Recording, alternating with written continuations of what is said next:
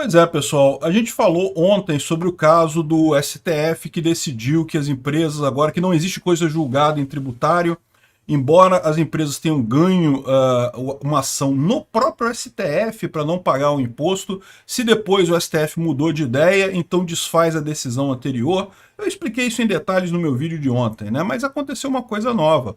O Barroso me saiu com essa aqui, ó. A partir de 2007, quem não pagou fez uma aposta, diz o Roberto Barroso, né? E isso é uma coisa muito preocupante, é o que eu falo para vocês. Esses juízes do STF deviam considerar fazer como os pares americanos deles e falar menos, ou não falar com a imprensa. Essa notícia foi sugerida por Francês, Vellister e várias outras pessoas. Obrigado aí ao pessoal que sugeriu a notícia. Obrigado a você que está assistindo o nosso vídeo. Se você gosta do nosso conteúdo, por favor, deixe o seu like, se inscreva aqui no canal, né? Pois bem, como eu expliquei no vídeo de ontem, só fazendo uma rápida recapitulação, qual que é a história, né? A história é que aqui no Brasil existem dois tipos de controle de constitucionalidade, o difuso e o direto. Então, o difuso é quando cada empresa entra com um pedido de inconstitucionalidade de um determinado item para não se aplicar para ela. Então, a empresa prova que aquilo ali é inconstitucional, então não tem que pagar com esse imposto. Isso aconteceu na década de 2000, várias empresas questionaram a CSLL, Contribuição Social sobre Lucro Líquido, e de fato tiveram decisões favoráveis até no STF. O STF disse nessas ações de constitucionalidade difusa que realmente essa empresa não tem o direito, não precisa pagar imposto porque esse imposto é inconstitucional. Só que anos mais tarde, em 2007, o STF recebeu uma ADI, né, uma ação direta de inconstitucionalidade sobre esse mesmo imposto. Veja, quando é uma ação difusa, aquilo só vale para aquela empresa. Quando é uma ação direta, vale para todas as empresas do Brasil. Então, se o STF decretasse que houve inconstitucionalidade na CSLL, nenhuma empresa mais precisaria pagar CSLL. Só que, ao contrário, nessa época, o pessoal do governo foi lá e falou, pô, peraí, né, olha só, vai sacanear a gente, coisa e tal. Aí o STF resolveu mudar de ideia, e aí decretou a constitucionalidade dessa lei. Aí você ficou com uma situação estranha, por quê? Porque a lei foi considerada constitucional a partir de um determinado ponto, e só que algumas empresas, antes disso, tinham ganho a isenção a esse imposto. Elas não precisam pagar esse imposto, porque houve uma decisão em julgado específica, no caso delas, que decidia que elas não precisavam pagar aquele imposto, porque aquele imposto era inconstitucional. Aí você pode me perguntar assim, mas afinal, o imposto era inconstitucional ou não era inconstitucional? Eu acho que era inconstitucional, sim. É ainda. O que houve depois foi justamente o governo pressionando o STF, porque decretar a inconstitucionalidade da CSLL iria causar dano aos cofres públicos, diminuição de arrecadação, e o STF voltou atrás e decretou a constitucionalidade do imposto, né? E aí, mas aí gerou essa inconsistência, né? O que eu falo, quando o STF começa a agir muito politicamente, abandona a área técnica, abandona a coisa, a aplicação direta do direito, ele começa a fazer essas lambanças. Então ele decidiu que era inconstitucional em algumas ações e, no geral, de forma aberta, ampla, ele decidiu que era constitucional. E aí seguiu-se o seguinte, o governo agora queria cobrar a CSLL dessas empresas, e elas falaram, não, a gente tem uma ação transitada em julgado dizendo que é inconstitucional esse imposto, então está transitado em julgado, você tem que entrar com uma ação rescisória. Você sabe, né, mesmo a coisa que é transitada em julgado, o governo, ou qualquer parte, na verdade, pode entrar com uma ação rescisória face a uma novidade. Isso vale até para, sei lá, ação de criminal ou de herança ou coisa que o valha. Você tem um processo que você fez parte na separação, por exemplo, e transitou em julgado. Acabou o processo, transitou em julgado. Transitar em julgado quer dizer que não tem mais nenhum recurso.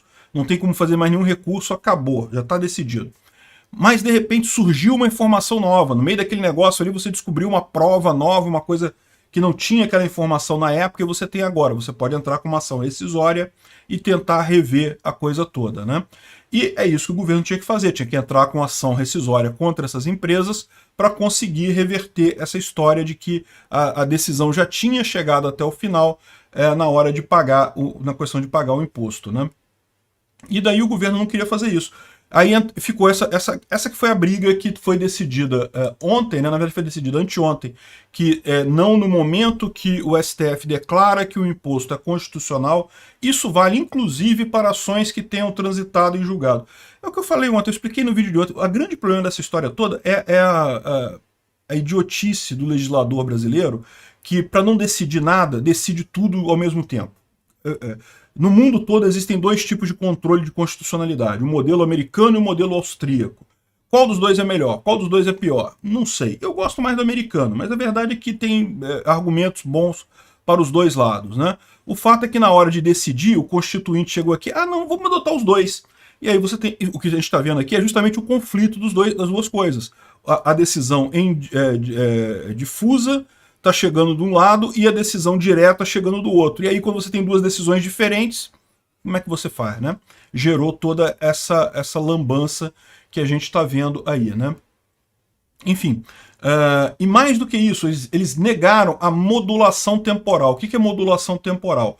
O STF, quando julga uma ação de grande importância para a economia ou para as empresas, para a sociedade como um todo, ele entende que isso vai ter um impacto na sociedade. Então ele pode falar assim, olha só, ok, decidimos que todo mundo teria que pagar imposto desde 2007 até aqui, mas a gente entende que isso vai gerar um impacto muito grande, vai gerar muita quebradeira entre empresas, vai ter um problema muito sério no mercado, então vamos modular isso. O que é modular? Ele pode dizer que vai valer a partir do ano tal. Os empresários queriam que valesse daqui para frente. Então, ok, tem que pagar o CSLL, a gente paga a partir daqui. Então, de 2023 em diante, tem que pagar o CSLL. O passado deixa para lá. Mas o STF podia ter escolhido qualquer ano, né? Modulação temporal eles podem dizer qualquer ano. Podia dizer, não, vai valer a partir de, sei lá, chutando, 2015. A partir de 2015 vai ter que valer essa lei, né? Então, isso é modulação temporal, mas o STF negou essa modulação temporal, ou seja, a lei retroagiu até o início, até o ano de 2007, quando surgiu esse grande problema, né? E com isso, muitas empresas ficaram com perdas bilionárias por conta dessa cobrança retroativa. É um bocado de imposto que esse pessoal vai ter que pagar. Vai ter muita empresa que vai acabar quebrando, né? É lógico, não é interesse para o governo quebrar a empresa, então muito provavelmente eles vão fazer um acordo de parcelamento dessa dívida para ir pagando aos poucos, mas a verdade é a seguinte, né? Como diz o pessoal aqui do Estadão, evidentemente, isso aí foi para ajudar o Lula. Isso aí dá dinheiro para o caixa do Lula. Foi uma forma de dar dinheiro para o Lula, ajudar o governo Lula nesse ano, né? Claramente o STF fez isso para ajudar o governo Lula. Então, esse é o problema dessa história toda, no final das contas, não tem nada a ver com direito, o STF não analisou a coisa do ponto de vista jurídico, tomou uma decisão puramente política e que vai acabar piorando a situação, sabe por quê? Porque embora isso vai colocar dinheiro no caixa do governo, isso vai tirar dinheiro da economia brasileira, isso vai quebrar empresas, vai dificultar mais a vida das empresas num ano que já promete ser um ano de recessão, né? Isso pode acabar saindo pior para o Lula do que o pessoal está imaginando. Mas o pior dessa história toda foi justamente o Barroso vir com essa, né? É o que eu falo. Juiz de Suprema Corte, lá nos Estados Unidos, eles quase não dão entrevista. Quando dão entrevista é para falar da infância deles, da época da faculdade, né, lições de vida e coisa e tal. Eles nunca falam sobre direito. E é assim que tem que ser, isso que deveria ser o ideal. Essa história do Brasil, que a Suprema Corte virou superstar, que aparece todo dia eu falo de alguma coisa que o STF fez ou deixou de fazer, porque está saindo na imprensa tradicional todo dia questão do STF, coisa e tal. Isso é errado, porque você acaba com essa situação, né, do Luiz Barroso falando uma besteira dessa. Ah não, quem não pagou fez uma aposta.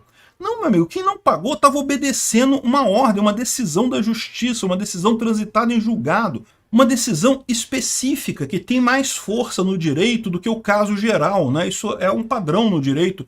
Se você tem uma decisão que vale de forma geral e uma decisão que vale de forma específica, a específica prevalece naquele caso específico, né?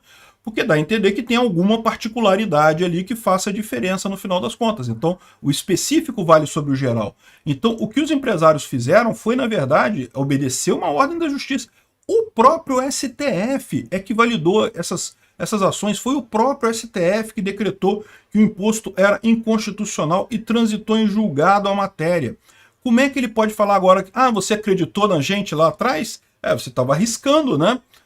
Olha que absurdo isso, olha que loucura o que esse cara está falando. E agora então que você pode trazer isso para o presente e você vai confiar agora em alguma decisão do STF agora? Porque qualquer decisão que o STF pode tomar agora, você vai confiar nela, amanhã ele pode mudar de ideia e reverter tudo e dizer que você tem que pagar tudo de novo e coisa e tal. Acabou a segurança jurídica no Brasil, não tem mais nenhuma segurança jurídica no Brasil. Esse tipo de coisa aqui é uma mancha na credibilidade do governo brasileiro como um todo, da justiça brasileira como um todo. E é o que eu falo para vocês, né? Como libertário, é aquilo que eu falei no vídeo de ontem mesmo. Não existe justiça quando ela é estatal. Se ela for estatal, ela automaticamente não é justiça, porque tem uma das partes é a justiça, então como é que vai ser a justiça? Como é que vai fazer justiça quando quem julga está de um dos lados, né? Não pode. Por que num tribunal privado funciona? Porque no tribunal privado, seja lá quem for, o árbitro tem que ser aceito pelas duas partes.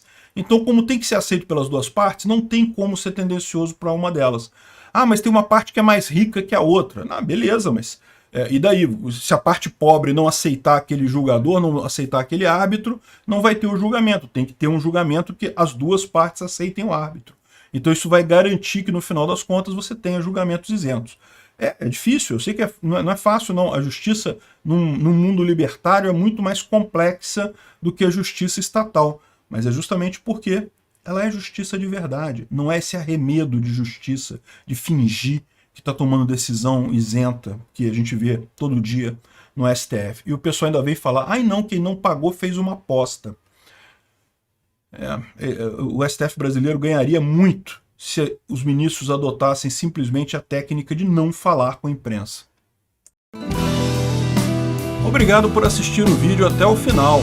Além de curtir, compartilhar e se inscrever no canal, considere se tornar patrocinador com valores a partir de R$ 1,99. Clique no botão Seja Membro abaixo para saber as condições e vantagens de patrocinar o canal. Mais informações sobre o nosso projeto, visite nossos sites indicados na tela.